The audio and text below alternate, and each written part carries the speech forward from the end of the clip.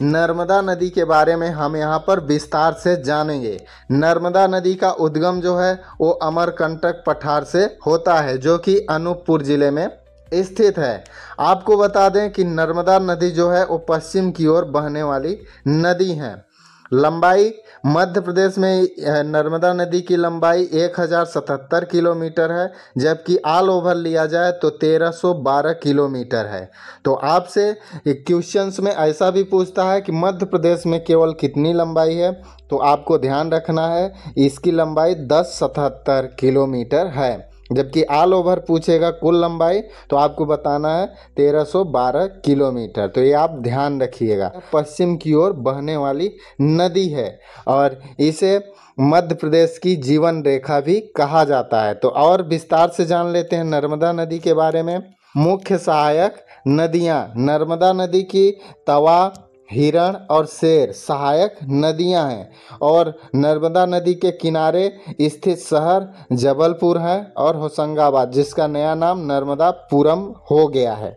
और समाप्ति स्थल यानी कि ये कहाँ पर गिरती हैं, तो ये खंभात की खाड़ी जो कि अरब सागर में स्थित है, यहाँ पर गिर जाती हैं, यानी कि इनका मुहाना खंभात की खाड़ी में बनता है। इन्हें मध्य प्रदेश की जीवन रेखा यानी कि लाइफ लाइन कहा जाता है। तो आप इसे अच्छे से नोट कर लीजिएगा। तो चलते हैं दूसरी नदी देख लेते हैं। दूसरी नदी है ताप्ती नदी।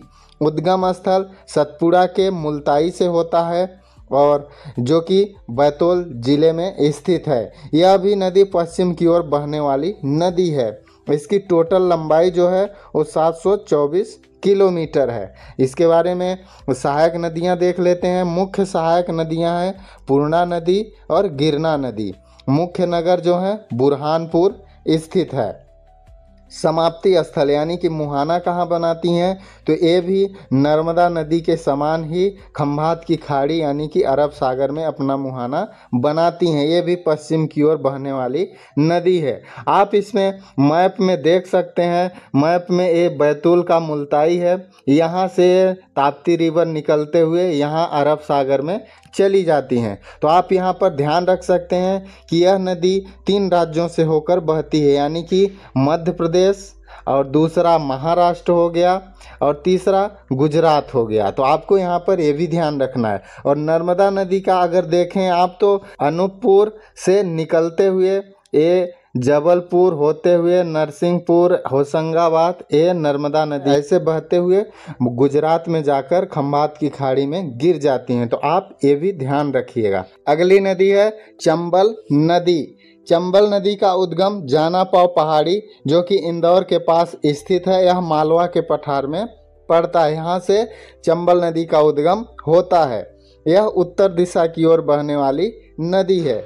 इसकी टोटल लंबाई जो है वो 965 किलोमीटर है। आप यहाँ मैप में देख सकते हैं कि जो चंबल नदी है वो इंदौर से निकलकर ये ऐसे बहते हुए राजस्थान होकर फिर एमपी में आते हुए यहाँ यूपी में यमुना नदी से मिल जाती है। तो आप मैप में भी अच्छे से देख लीजिए। तो और यमुना नदी के बारे में देख लेते हैं। सहायक नदियाँ पार्वती, बनास और क्वारी इसकी प्रमुख सहायक नदियां हैं। मुख्य नगर जो है वो मुरैना है, भिंड है। समाप्ति स्थल यानी कि मुहाना कहाँ पर है, तो ये यमुना नदी में ये जाकर मिल जाती हैं। चंबल घाटी अपनी डाकुओं की भूमि के लिए बहुत ही प्रसिद्ध रही है। आप लोगों ने सुना होगा चंबल के डाकू, तो जो खंडहर बनते हैं यमुना नदी द्वारा सबसे ज़्यादा भूमि अपरदन होता है। उससे बहुत से खंडहर बन जाते हैं जहां पर डाकुओं के छिपने का स्थान बन जाता है, उसे ही डाकुओं की भूमि कहा जाता है। चलते हैं अगली नदी देख लेते हैं। कौन सी नदी है? बेतवा नदी। उद्गम स्थल रायसेन जिला विंध्याचल की पहाड़ी से इसका उद्गम होता है। यह उत्तर पूर्व की दिशा में बहने वाली नदी है। इसकी लंबाई जो है वो 590 किलोमीटर है। मैप में ये रायसेन से निकलते हुए यूपी में जाकर यहाँ उत्तर प्रदेश में मिल जाती हैं, जो कि यमुना नदी में ही मिलती हैं। बेतवा नदी के बारे में और जानकारी प्राप्त कर लेते हैं। इसकी सहायक नदियाँ जो है वो सहायक नदी है धसान और मुख्य नगर जो है झांसी। झांसी जो है बेतवा नदी के किनारे ही स्थित है। समाप्ति स्थल यमुना नदी। बेतवा नदी को वेदवती भी कहा जाता है। तो चलते हैं अगली नदी के बारे में जानकारी लेते हैं। अगली नदी है केन नदी। उद्गम स्थान कटनी जिले के बरगवा पहाड़ी से केन नदी का उद्गम होता है। यह उत्तर दिशा की ओर बहने वाली नदी है। इसकी टोटल लंबाई 427 किलोमीटर है। आप यहाँ मैप में देख सकते हैं। मुख्य सहायक नदी है सोनार। सोनार इसकी मुख्य सहायक नदी है। समाप्ति स्थल यह भी यमुना नदी में मिल जाती है। पन्ना राष्ट्रीय उद्यान जो है इसी नदी के किनारे स्थित है। आपसे एग्जाम में कभी कभी ये भी पूछ लेता है कि पन्ना राष्ट्रीय उद्यान से होकर कौन सी नदी बहती है, तो आप ध्यान रखिएगा वो है केन नदी। चलिए देख लेते हैं अगली नदी कौन सी है। अगली नदी है सोन नदी। इसका उद्गम जो है नर्मदा के साथ ही अमरकंटक पहाड़ी से होता है। यह उत्तर पूर्व की दिशा की ओर बहने वाली नदी है। इसकी टोटल लंबाई जो है वो 784 किलोमीटर है। मुख्य सहायक नदियां जो हैं वो रिहंद है, गोपद हैं, और यह समाप्ति स्थल जो है यानी कि मुहाना वो गंगा नदी में बिहार जो कि पटना के पास में मिल जाती हैं। तो आप यहाँ पर मैप में देख सकते हैं कि अनूपपुर जो कि अमरकंटक पहाड़ी से निकलते हुए सीधी होते हुए यहाँ पर पटना में मिल जाती हैं। तो आप यह ध्यान रखिएगा। तो चलते हैं अगली नदी देख लेते हैं। अगली नदी है सिंध नदी। इसका उद्गम जो है वो विदिशा जिले से होता है। यह उत्तर दिशा की ओर बहने वाली नदी है। इसकी टोटल लंबाई जो है वो 470 किलोमीटर है। मुख्य सहायक नदियों में पार्वती और कुंजा शामिल हैं। यह भी यमुना नदी यानी कि भिंड के पास यमुना नदी में मिल जाती हैं। तो आप यहाँ मैप में देख लीजिए, जो सिंध नदी है इधर से बहते हुए भिंड के पास यमुना नदी में मिल जाती है। तो चलते हैं अगली नदी देख लेते हैं। अगली नदी है पार्वती नदी। इसका उद्गम जो है वो सिरोंज से यानी कि जो विदिशा जिले में स्थित है यहाँ से होता है। इसकी लंबाई जो है 436 किलोमीटर है और समाप्ति चंबल नदी में मिल जाती है। तो आप इसे ध्यान रखिएगा। इसको हम मैप में देख लेते हैं। पार्वती नदी विदिशा से निकलकर ये देखिए चंबल में यहाँ श्योपुर में जाकर मिल जाती है। तो आप यहाँ ध्यान रखिएगा। तो चलिए दूसरी नदी देख लेते हैं कौन सी है। क्षिप्रा नदी। इसका उद्गम जो है काकरी पहाड़ी इंदौर जिले से होता है। इसकी लंबाई टोटल है 195 किलोमीटर और मुख्य नगर जो है उज्जैन। महाकालेश्वर मंदिर इसी नदी के तट पर स्थित है। आपने महाकालेश्वर मंदिर का नाम जरूर सुना होगा। यह उज्जैन में क्षिप्रा नदी के तट पर स्थित है। चंबल नदी में यह मिल जाती है। कुंभ का मेला उज्जैन में इसी नदी के किनारे लगता है। चलिए देख लेते हैं अगली नदी कौन सी है। अगली और लास्ट आज की नदी है तवा नदी। इसका उद्गम जो है सतपुड़ा की पहाड़ी से होता है और यह नर्मदा नदी में मिल जाती है। आपको बता दें कि तवा नदी नर्मदा की सबसे बड़ी सहायक नदी है। इस पर एक प्रसिद्ध बांध बना है जो कि होशंगाबाद जिले में स्थित है। उसका नाम है तवा डैम। तो आप इसे ध्यान रखिएगा। तो आप यहाँ मैप में नदियों को देख सकते हैं। यहाँ सारी नदियों को मैप में दिखाया गया है। ये देखिए ये नर्मदा नदी है जो कि मध्य प्रदेश की सबसे लंबी नदी है और ये बैतूल से निकलते हुए ताप्ती नदी है। और यहाँ पर चंबल नदी को दिखाया गया है। ये चंबल नदी है। आप ऐसे सभी नदियों को देख सकते हैं। ये बेतवा नदी है और ये धसान नदी है। और यहाँ पर आप सारी नदियों को जो कि मध्य प्रदेश की महत्वपूर्ण नदियाँ हैं यहाँ से आप देख सकते हैं। ये सोनार नदी है, ये बर्मा नदी है और सोन नदी यहाँ पर बहती है और बिहार पटना में मिल जाती है। तो आप यहाँ इस मैप में अच्छे से देख लीजिए ताकि आपको कभी भी भूले ना। हमने अभी नदियों को विस्तार से समझा। अब हम इन्हीं नदियों से संबंधित 20 महत्वपूर्ण एमसीक्यूज करने चलेंगे। लेकिन उससे पहले आपको अगर यह वीडियो अच्छा लगा हो तो अपने दोस्तों साथियों में इसे शेयर कर दीजिए और हमारे चैनल को सब्सक्राइब कर लीजिए। तो चलते हैं आज के टॉप 20 एमसीक्यूज की तरफ जो आप आपके एग्जाम के लिए बहुत ही महत्वपूर्ण साबित होंगे। तो देख लेते हैं आज का पहला क्वेश्चन क्या है। नर्मदा नदी का उद्गम स्थल कहाँ है। यहाँ पर 4 ऑप्शन दिए गए हैं, आपको बताना है, जो कि पीछे हमने इसको देख लिया है। तो आपको बताना है नर्मदा नदी का उद्गम स्थल क्या है।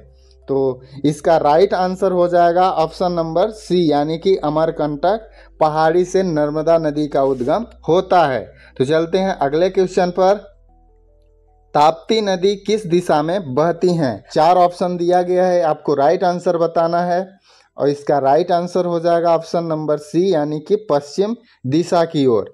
हमारे मध्य प्रदेश की 2 नदियां हैं जो पश्चिम की ओर बहती हैं। पहला हो गया ताप्ती नदी और दूसरी है नर्मदा नदी। ये पश्चिम की ओर नर्मदा नदी और ताप्ती नदी बहती हैं। तो चलते हैं अगले क्वेश्चन पर। चंबल नदी किस नदी की सहायक नदी है। यहाँ पर 4 ऑप्शन दिए गए हैं, आपको बताना है कि यह किसकी सहायक नदी है, यानी कि किस में जाकर यह मिल जाती है। तो इसका राइट आंसर हो जाएगा ऑप्शन नंबर बी, यानी कि यमुना नदी। यमुना नदी की यह सहायक नदी है। तो चलते हैं अगले क्वेश्चन पर। अगला क्वेश्चन है बेतवा नदी का उद्गम स्थान कहाँ है। तो आपको बताना है बेतवा नदी का उद्गम स्थल। तो इसका राइट आंसर हो जाएगा ऑप्शन नंबर सी, यानी कि रायसेन जिला। रायसेन जिला से बेतवा नदी का उद्गम होता है। रायसेन यहाँ पर दिया गया है, आप इसको करेक्ट कर लीजिएगा, यह होगा रायसेन। रायसेन जिले से यह उद्गम होती है। तो चलिए चलते हैं अगले क्वेश्चन पर। अगला क्वेश्चन है केन नदी का उद्गम कहाँ से होता है। यहाँ पर 4 ऑप्शन दिया गया है, आपको बताना है केन नदी का उद्गम कहाँ से होता है। आपको बताना है इसका राइट आंसर। इसका राइट आंसर हो जाएगा ऑप्शन नंबर बी, यानी कि बरगवा पहाड़ी कटनी से केन नदी का उद्गम होता है। तो चलते हैं अगले क्वेश्चन पर। अगला क्वेश्चन है क्षिप्रा नदी का प्रसिद्ध तीर्थ स्थल कौन सा है। तो इसमें 4 ऑप्शन दिए गए हैं, अभी आपने क्षिप्रा नदी के बारे में पढ़ा, उसमें यह दिया गया था। तो इसका राइट आंसर होगा ऑप्शन नंबर सी, यानी कि उज्जैन। आप हमारे साथ साथ इस MCQs को करते चलिएगा और अंत में कमेंट बॉक्स में आप बताइएगा कि आपके कितने आंसर्स सही हुए थे। तो चलिए अगले क्वेश्चन पर। तवा नदी किस नदी की सहायक नदी है। तो आपने अभी पढ़ा, तो इसका राइट आंसर आप बताइए। इसका राइट आंसर होगा ऑप्शन नंबर बी, यानी कि नर्मदा नदी। तवा नदी जो है वो नर्मदा नदी की सबसे बड़ी सहायक नदी है। अगला क्वेश्चन है चंबल नदी का उद्गम कहाँ से होता है। तो यहाँ पर 4 ऑप्शन दिए गए हैं, ऑप्शन नंबर बी इसका करेक्ट आंसर होगा, यानी कि जाना पाव पहाड़ी इंदौर से चंबल नदी का उद्गम होता है। अगला क्वेश्चन है सोन नदी का अंत किस नदी में होता है, यानी कि कहाँ पर यह मुहाना बनाती है। तो इसका राइट आंसर हो जाएगा ऑप्शन नंबर बी, यानी कि गंगा। यह बिहार के पटना में गंगा नदी में मिल जाती हैं। आपको बता दें कि सोन नदी पर एक बहुत ही बड़ा बांध बना गया है, जो कि शहडोल जिले के देवलोन तहसील में पड़ता है। उसका नाम क्या है आप कमेंट बॉक्स में ज़रूर बताइएगा। तो चलते हैं अगले क्वेश्चन पर। सिंध नदी का उद्गम किस जिले में है।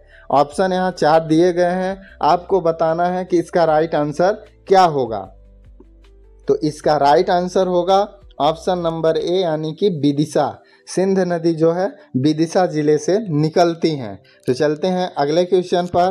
पार्वती नदी किस नदी में मिल जाती हैं। तो यहाँ पर 4 ऑप्शन दिए गए हैं, आपको बताना है। तो इसका राइट आंसर हो जाएगा ऑप्शन नंबर सी, यानी कि चंबल नदी। अगला क्वेश्चन है नर्मदा नदी की कुल लंबाई कितनी है। तो यहाँ 4 ऑप्शन दिए गए हैं, आपको बताना है इसका राइट आंसर। तो इसका राइट आंसर हो जाएगा ऑप्शन नंबर सी, यानी कि 1312 किलोमीटर। अगर आपसे प्रश्न में पूछा जाता है कि मध्य प्रदेश में कितनी लंबाई है, तो आपको बताना है कि 1077 किलोमीटर इसकी टोटल लंबाई मध्य प्रदेश में है। आप यहाँ पर ध्यान रखिएगा। और 965 जो है ये चंबल नदी की लंबाई है। तो चलिए चलते हैं अगले क्वेश्चन पर। मध्य प्रदेश की जीवन रेखा यानी कि लाइफ लाइन किस नदी को कहा जाता है। यहाँ 4 ऑप्शन है, इसका राइट आंसर आप सबको पता ही होगा। इसका राइट आंसर है ऑप्शन नंबर बी, यानी कि नर्मदा नदी। नर्मदा नदी को मध्य प्रदेश की जीवन रेखा कहा जाता है। चलते हैं अगले क्वेश्चन पर। ताप्ती नदी का उद्गम स्थल क्या है? ऑप्शन यहाँ 4 दिए गए हैं, तो इसका राइट आंसर होगा ऑप्शन नंबर सी, यानी कि मुल्ताई, जो कि बैतूल में पड़ता है। यहाँ से ताप्ती नदी का उद्गम होता है। ताप्ती नदी को सूर्यपुत्री नाम से भी जाना जाता है, तो आप इसे ध्यान रखिएगा। चलते हैं अगले क्वेश्चन पर। पन्ना राष्ट्रीय उद्यान किस नदी के किनारे स्थित है? यहाँ 4 ऑप्शन है। इसका राइट आंसर होगा ऑप्शन नंबर सी, यानी कि केन नदी। केन नदी पन्ना राष्ट्रीय उद्यान से होकर बहती है। तो चलते हैं अगले क्वेश्चन पर। अगला क्वेश्चन है, बेतवा नदी किन 2 राज्यों से होकर बहती है? यहाँ पर 4 ऑप्शन दिए गए हैं, आपको बताना है। अगर आपने मैप में अच्छे से देखा होगा तो इसका राइट आंसर आप ज़रूर बता लेंगे। तो इसका राइट आंसर हो जाएगा ऑप्शन नंबर ए, यानी कि मध्य प्रदेश और उत्तर प्रदेश से होकर बहती है। तो चलते हैं अगले क्वेश्चन पर। क्षिप्रा नदी किस नदी में मिल जाती है? यहाँ 4 ऑप्शन दिए गए हैं, तो इसका राइट आंसर आप सबको बताना है। इसका राइट आंसर हो जाएगा ऑप्शन नंबर सी, यानी कि चंबल नदी। क्षिप्रा नदी जो है वो चंबल नदी में मिल जाती है, यानी कि चंबल नदी की सहायक नदी है। तो चलते हैं अगले क्वेश्चन पर। तवा डैम किस जिले में स्थित है? तो आपको बताना है। इसका राइट आंसर हो जाएगा ऑप्शन नंबर बी, यानी कि होशंगाबाद, जिसका नया नाम है नर्मदापुरम। तवा डैम नर्मदापुरम जिले में स्थित डैम है। यह तवा नदी पर बनाया गया है, तो आप ये भी ध्यान रखिएगा। तो चलते हैं अगले क्वेश्चन पर। सोन नदी किस बेसिन से संबंधित है? तो इसका राइट आंसर आप सबको पता ही होगा। इसका राइट आंसर होगा ऑप्शन नंबर बी, यानी कि गंगा बेसिन। गंगा बेसिन से संबंधित सोन नदी है। आपको कमेंट बॉक्स में बताना है कि सोन नदी की टोटल लंबाई कितनी है और यह कितने राज्यों से होकर बहती है। तो चलते हैं अगले क्वेश्चन पर, जो कि आज का आखिरी क्वेश्चन है। कौन सी 2 नदियां पश्चिम दिशा में बहती हैं? तो इसका राइट आंसर आपको बताना है। इसका राइट आंसर हो जाएगा ऑप्शन नंबर ए, यानी कि नर्मदा और ताप्ती। ये 2 नदियां जो हैं पश्चिम की ओर बहने वाली नदी हैं। तो ये रहे आज के टॉप 20 MCQs, जो कि मध्य प्रदेश की नदियों से संबंधित थे। आज हमने मध्य प्रदेश की नदियों को विस्तार से पढ़ा, उसके बाद टॉप 20 MCQs किए, जो कि आपके एग्ज़ाम के लिए बहुत ही महत्वपूर्ण साबित होंगे। आशा करता हूँ आपको यह वीडियो बहुत पसंद आया होगा। आप कमेंट बॉक्स में ज़रूर बताइएगा कि आपके कितने आंसर्स सही हुए, और ऐसी ही वीडियो पाने के लिए आप हमारे चैनल को सब्सक्राइब कर लें और